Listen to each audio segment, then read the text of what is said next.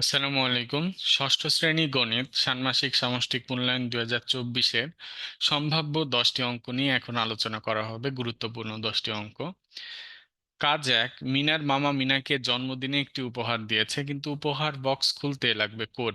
এখন তালা খোলার জন্য নিচের সংকেতগুলো ব্যবহার করে 4 অঙ্কের কোডটি নির্ণয় করো। এরকম পাজেলের অঙ্ক আসতে পারে।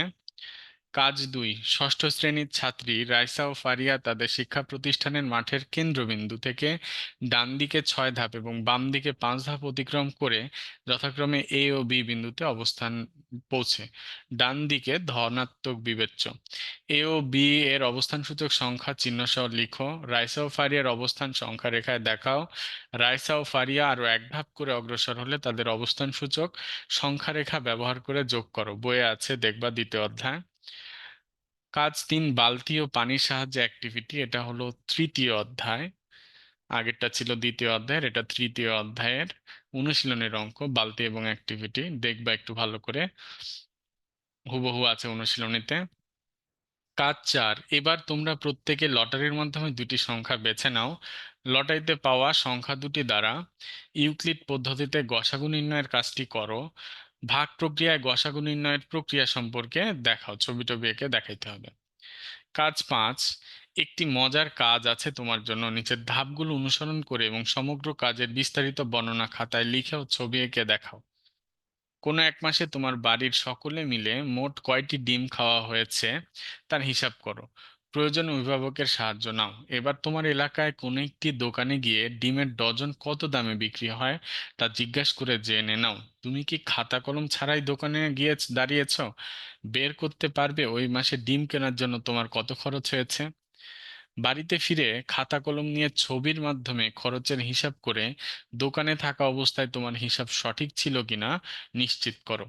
ওই একটি মাসের হিসাব থেকেই তোমার পরিবারের সারা বছরের ডিম কেনার জন্য কত টাকা খরচ তা বের করা যাবে।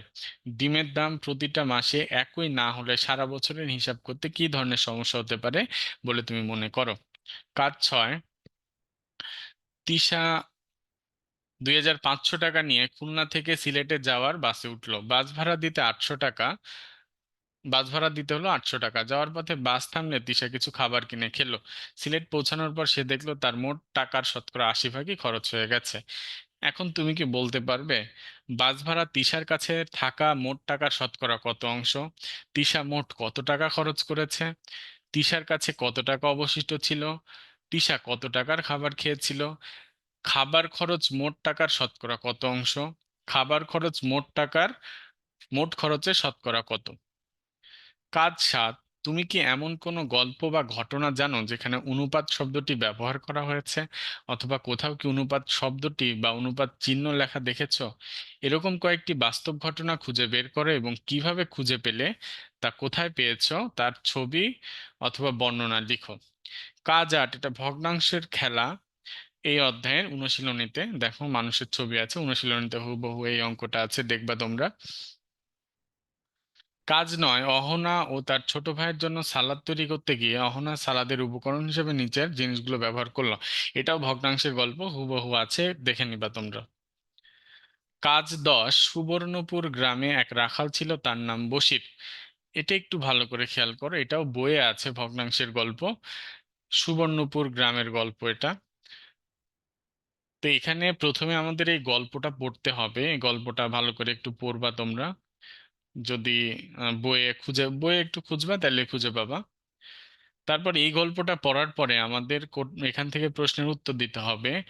বুড়িমা কয়টি স্বর্ণ মুদ্রা পাবে? মুচি কয়টি স্বর্ণ মুদ্রা পাবে? কামার কয়টি স্বর্ণ মুদ্রা পাবে? বশিরের কাছে অবশিষ্ট কয়টি স্বর্ণ মুদ্রা থাকবে? এই প্রশ্নগুলোই বেশি ইম্পর্ট্যান্ট।